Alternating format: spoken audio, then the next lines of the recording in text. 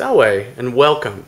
Here's a little demonstration of some activities I put together for a themed learning lesson on All Roads Lead to Rome.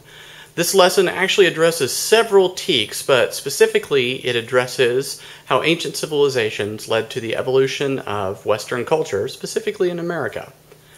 Now, I'm going to start over here on section 1, where Devin is already hard at work at the first station.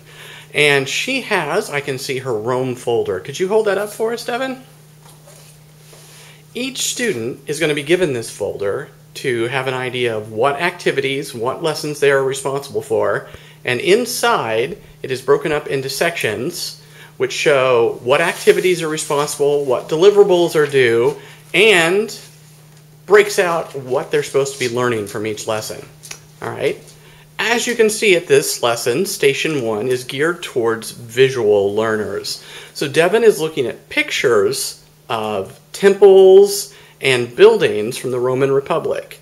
Now, her assignment at this station is she's supposed to find 4 pictures of ancient temples and 4 pictures of modern buildings, such as banks or churches, etc., and find combinations that look very, very similar.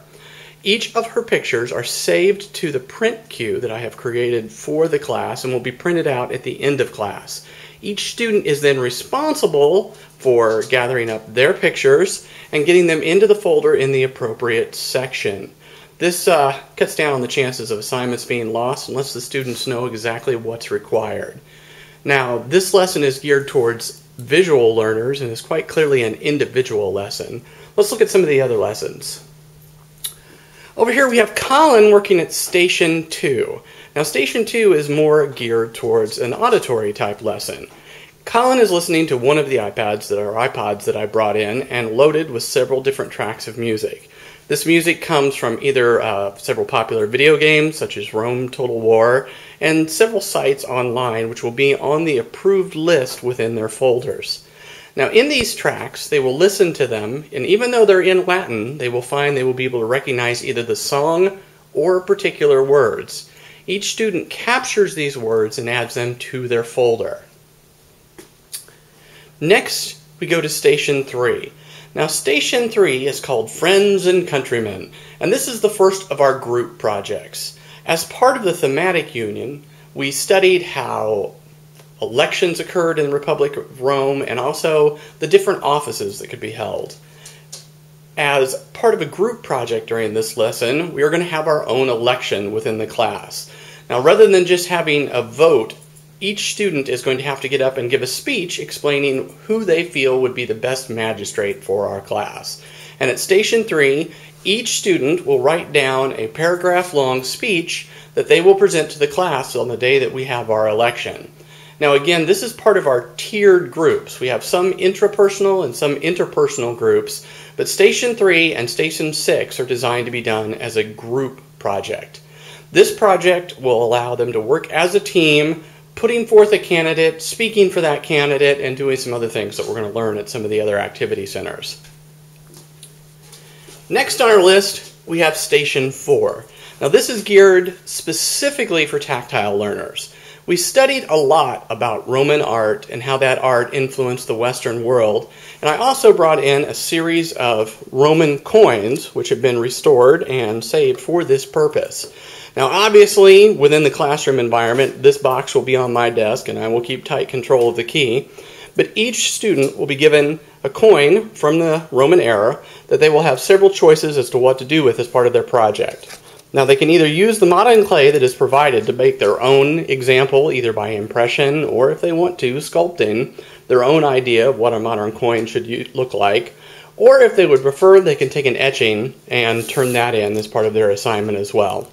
We will continue to study later on in the lesson as well the different designs and what they represented. Alright, next on to Station 5. Mr. Caesar, tear down that wall. Now in this lesson we are actually, throughout the entire lesson, there's a large wall in the back of the classroom that I created out of cardboard boxes. And at the end of the lesson, the students get to knock that down using a battering ram that they create themselves. Within their folders, there is a plan already written up on how to build the battering ram.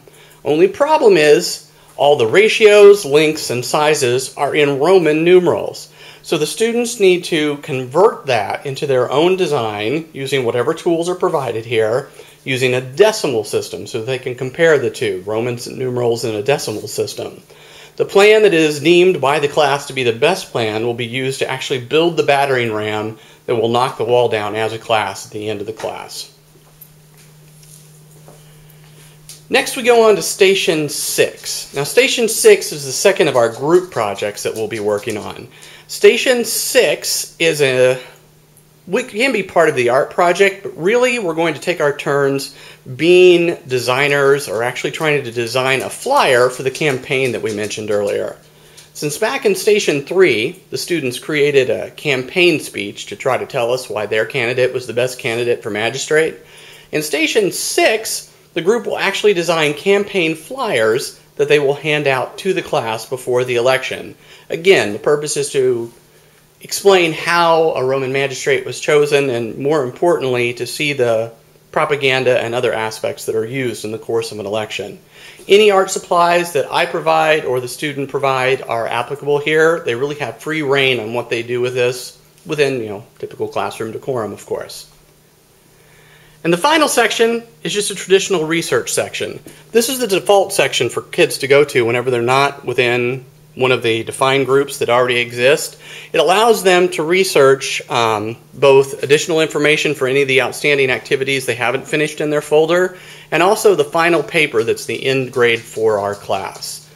As you can see, these lesson plans are tied in with these activities pretty tightly, and that we try to target each of the different groups, starting with visual, audio, tactile, we have interpersonal, intrapersonal, and of course we have some chance just traditionally to work alone. So please contact me if you have any questions. Again, my name is Stephen Linder, and I hope you enjoyed this presentation.